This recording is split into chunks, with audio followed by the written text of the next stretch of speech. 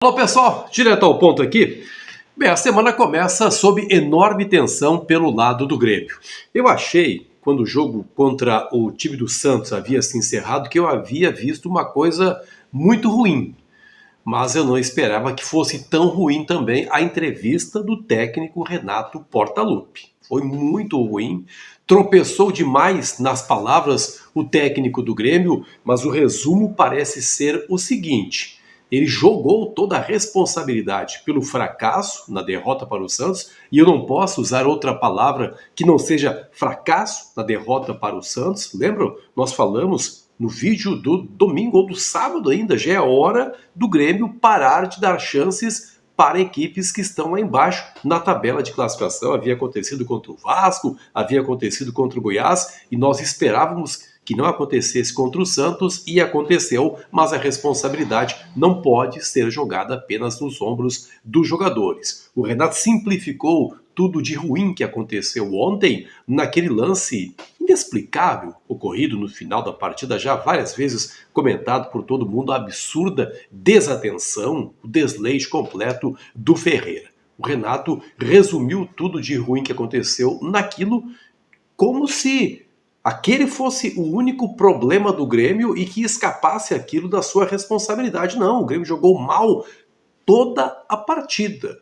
A exceção foram os primeiros minutos do segundo tempo, quando acabou marcando aquele golaço com o Cristaldo. E quando uma equipe joga mal durante toda uma partida, obviamente que isso também é responsabilidade do técnico, que primeiro precisa cobrar mais dos jogadores, pouco mais de atenção, e fazer, quando nem isso basta, fazer as alterações corretas. E o Renato teve uma enorme responsabilidade por tudo que aconteceu. O Renato, acho que ele quebrou um pouco aquele pacto de convivência, que é uma das coisas mais salutares, uma das coisas que o Renato melhor faz, que é saber harmonizar as relações dentro do vestiário. Dessa vez, ele quebrou o pacto, ele que tantas vezes já fez a defesa dos jogadores, mas ontem ele foi demasiado na crítica. Parecia estar tratando os jogadores do Grêmio como crianças. Aquela coisa, se não estiverem bem na folga FIFA, na data FIFA, não terão folga. Não, eu não vou para o Rio e eles não vão para lugar nenhum. Pô, você parece estar tratando com um grupo de meninos, transferindo apenas para os jogadores a responsabilidade. O Renato, onde é que estavam, onde é que estiveram os erros do treinador? Primeiro, de novo, aquela coisa que eu sempre bato aqui: o Grêmio é uma avenida pelos dois lados do campo. Qualquer equipe que enfrente o Grêmio vai tirar proveito do buraco que fica aberto pelos dois lados e que deixa os laterais completamente expostos. Não há uma barreira de contenção. Os jogadores da armação do Grêmio são jogadores frágeis do ponto de vista coletivo. O Bitelo tenta fazer, mas a fase do Bitelo é tão ruim que acaba não conseguindo também. E os demais jogadores não preenchem. Futebol é feito por 11 jogadores. Não é possível que os jogadores não façam do meio para frente o primeiro combate. É responsabilidade do técnico. Isso é responsabilidade do técnico. A questão do Cristaldo. Nós frequentemente aqui falamos a respeito da falta de coletividade do Cristaldo, mas puxa vida, o Cristaldo fez aquele gol sensacional. Era o momento dele na partida. Estava tendo uma atuação exuberante? Não, mas um cara que faz um gol daquele cresce até animicamente na partida, e aí surpreendentemente o Renato o retira. Não, puxa vida. Em outros jogos, o Cristaldo já esteve muito pior e o Renato não o retirou, e o retira justamente no momento em que ele poderia crescer, justamente por ter marcado o gol. Aí coloca o Galdino, que há muito tempo não jogava, e pega um jogo quente daquele, de correria, imposto pelo Santos, e errou também o treinador do Grêmio. A expulsão dele no final também é completamente injustificável, dele, Renato, né? E ele próprio chamou a atenção na reportagem. Não vou me perguntar a respeito da minha expulsão. A reportagem deveria ter feito já esse tipo de questionamento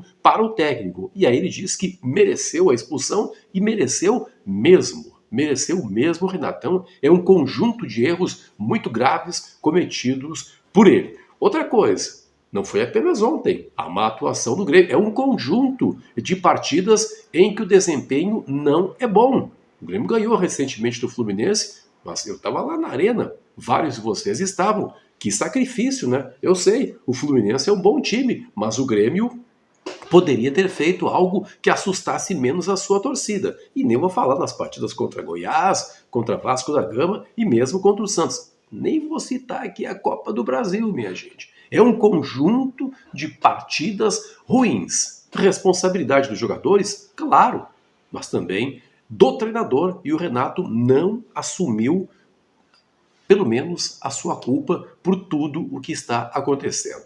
Já já quero falar a respeito de alguns desempenhos individuais, mas antes, o agradecimento que sempre faço a você que está conosco aqui, está conhecendo agora o canal, aproveita, já te inscreve, dá teu like, você que está comigo desde o começo, muito obrigado pela parceria. É bom demais, minha gente. É bom demais ter você por aqui. Aproveito já para pedir de novo que você se inscreva no canal Que Papo é Esse, Benfica? É uma conversa que eu sempre tenho com meu irmão aí, Silvio Benfica, contando histórias e vidas no nosso tempo todo de coberturas esportivas e também colocando os pés aqui na atualidade. Então, obrigado por estar inscrito aqui e te inscreve lá no canal Que Papo é Esse, Benfica?